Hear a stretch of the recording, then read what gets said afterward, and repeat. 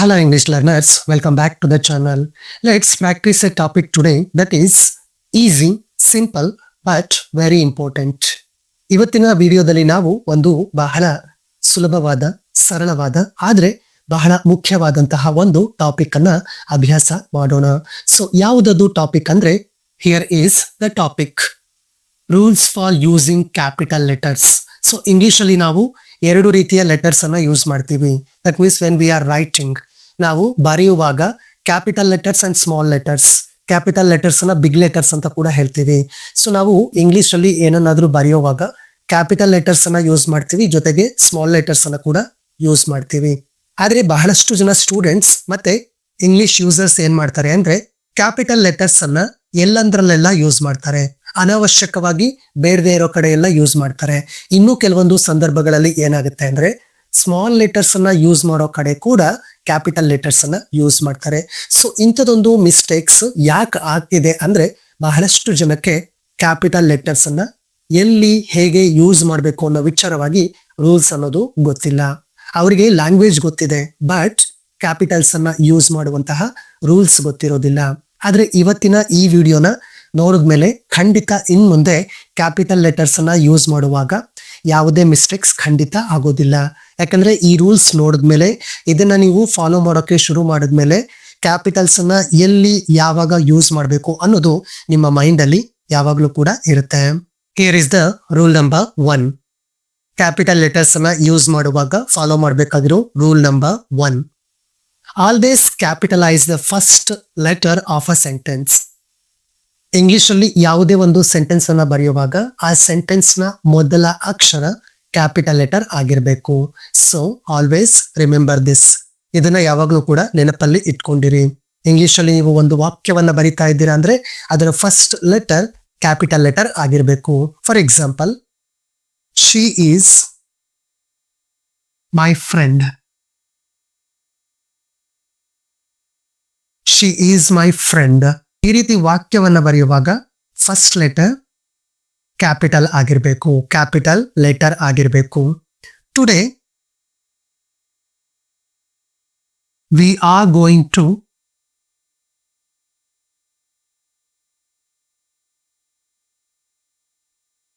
The park. Today we are going to the park. So ಇದು ಕೂಡ ಒಂದು English sentence.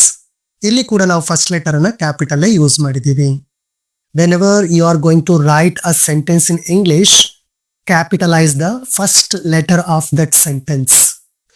ಯಾವಾಗಲೇ ಆದ್ರೂ ನೀವು ಇಂಗ್ಲಿಷ್ ಅಲ್ಲಿ ಒಂದು ಸೆಂಟೆನ್ಸ್ ಅನ್ನ ಬರೆಯುವಾಗ ಆ ಸೆಂಟೆನ್ಸ್ ನ ಮೊದಲ ವರ್ಡ್ ಅಲ್ಲಿ ಫಸ್ಟ್ ಲೆಟರ್ ಕ್ಯಾಪಿಟಲ್ ಆಗಿರ್ಬೇಕು.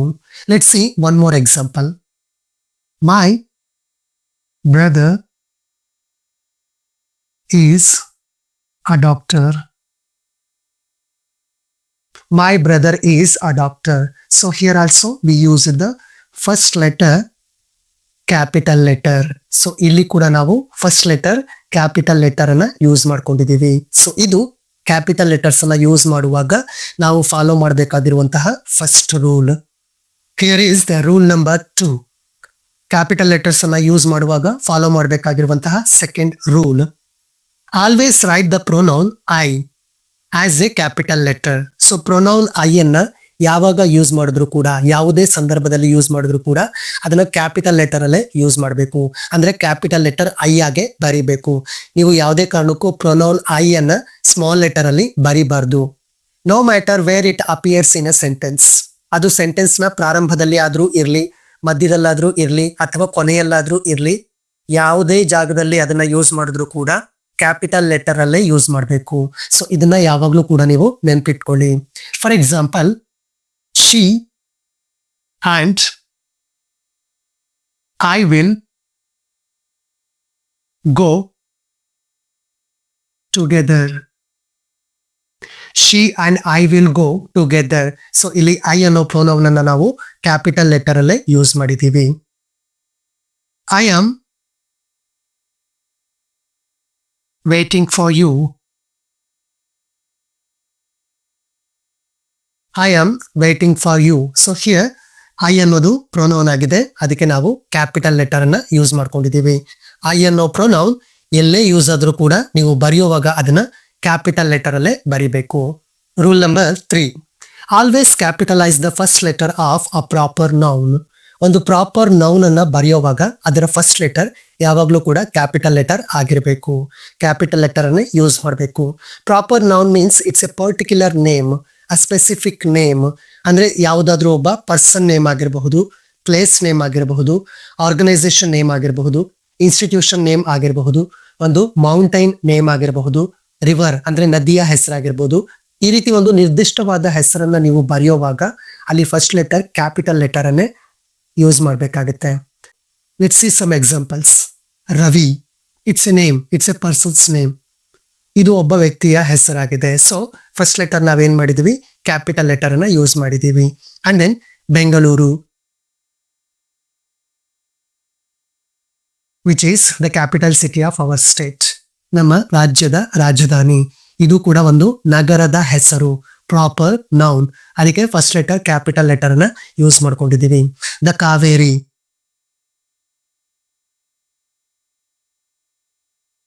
The Kaveri it's the name of a river. ಇದೊಂದು ನದಿಯ ಹೆಸರಾಗಿದೆ.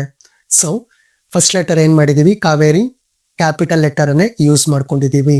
ಅಂಡ್ ದೆನ್ ಆಕ್ಸ್ಫರ್ಡ್ ಯೂನಿವರ್ಸಿಟಿ,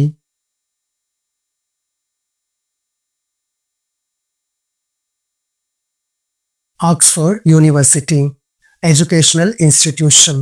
ಇದು ಕೂಡ ಪ್ರಾಪರ್ ನೌನ್ ಆಗಿರೋದ್ರಿಂದ ಕ್ಯಾಪಿಟಲ್ ಲೆಟರ್ ನ ಯೂಸ್ ಮಾಡಿಕೊಂಡು ಬರ್ದಿದ್ದೀವಿ. Indian railways,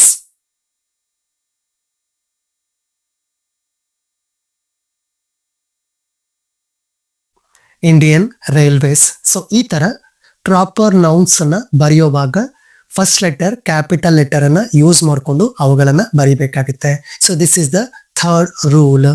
Or rule number 3. Rule number 4. Always capitalize the first letter of the names of days, months and festivals. Days, Sunday, Monday, Tuesday, Wednesday, Thursday, Friday and Saturday. ಈ days ಅಲ್ಲಿ ನೀವು ಯಾವುದೇ ಒಂದು day ಹೆಸರನ್ನ ಬರೆಯುವಾಗ first letter capital ಆಗಿರಬೇಕು. And then months, among the 12 months, 12 ತಿಂಗಳುಗಳಲ್ಲಿ ಯಾವುದೇ ತಿಂಗಳ ಹೆಸರನ್ನ ಬರೆದ್ರೂ ಕೂಡ ಅದರ ಫಸ್ಟ್ ಲೆಟರ್ ಕ್ಯಾಪಿಟಲ್ ಲೆಟರೇ ಆಗಿರಬೇಕು.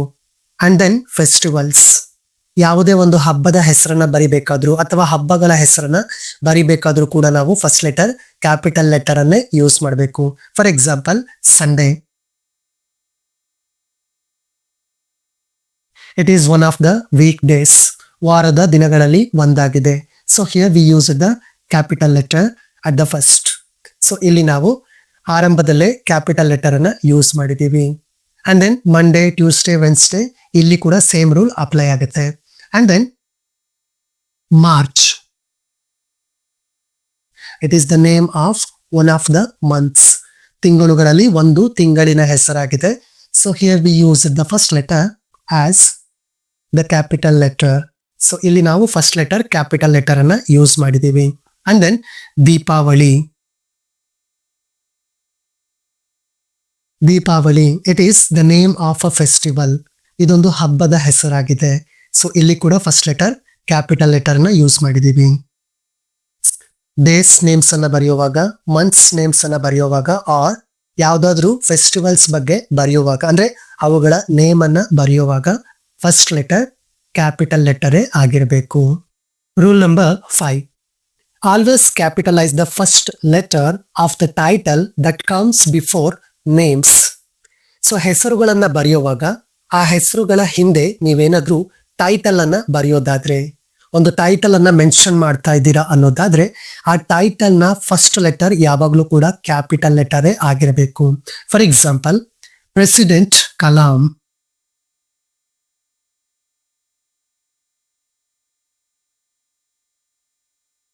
President Kalam, Abdul Kalam. So here, President is the title. ಇಲ್ಲಿ ಪ್ರೆಸಿಡೆಂಟ್ ಅನ್ನೋದು ಒಂದು ಟೈಟಲ್ ಆಗಿದೆ. ಸೊ ಈ ಟೈಟಲ್ ಅನ್ನ ಮೆನ್ಷನ್ ಮಾಡುವಾಗ ಇಲ್ಲಿ ಫಸ್ಟ್ ಲೆಟರ್ ಕ್ಯಾಪಿಟಲ್ ಲೆಟರ್ ಆಗಿರಬೇಕು. ಸೊ ಇದನ್ನ ನೀವು ಮೈಂಡ್ ಅಲ್ಲಿ ಇಟ್ಕೊಂಡಿರಿ. And then professor Rao,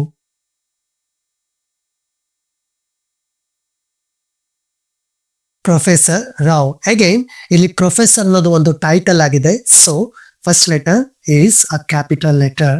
first letter ಒಂದು ಕ್ಯಾಪಿಟಲ್ ಲೆಟರ್ ಆಗಿದೆ. ಡಾಕ್ಟರ್ ಶರ್ಮಾ,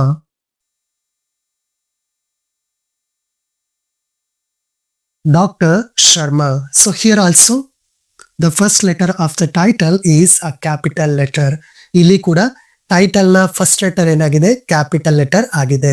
ಈ ತರ ಹೆಸರನ್ನ ಬರೆಯುವಾಗ ಅದರ ಹಿಂದೆ ಟೈಟಲ್ ಅನ್ನ ಬರಿತಾ ಇದ್ರೆ ಆ ಟೈಟಲ್ ನ ಫಸ್ಟ್ ಲೆಟರ್ ಕ್ಯಾಪಿಟಲ್ ಲೆಟರ್ ಆಗಿರಬೇಕು. Dear English learners, today we practiced 5 rules for using capital letters. In the next video, we will practice the remaining rules. ಇವತ್ತಿನ ಈ ವಿಡಿಯೋದಲ್ಲಿ ನಾವು ಕ್ಯಾಪಿಟಲ್ ಲೆಟರ್ಸ್ ಅನ್ನ ಯೂಸ್ ಮಾಡುವಂತಹ 5 ರೂಲ್ಸ್ ಅನ್ನ ಕಲ್ತ್ಕೊಂಡಿದ್ದೀವಿ. ನೆಕ್ಸ್ಟ್ ವಿಡಿಯೋದಲ್ಲಿ ಉಳಿದಿರುವಂತಹ ರೂಲ್ಸ್ ಅನ್ನ ಪ್ರಾಕ್ಟೀಸ್ ಮಾಡೋಣ. Finally, here are some practice sentences for you. First one, my brother lives in Delhi. I met Dr. Singh on Monday. Ram and I are studying English. Look at these sentences very carefully. Identify the places where capital letters should be used and don't forget to comment with your answers. ಈ video ನಿಮಗೆ useful ಅನ್ಸಿದ್ರೆ like this video and share this video. If you are watching my videos for the first time, then don't forget to subscribe my YouTube channel. Thank you.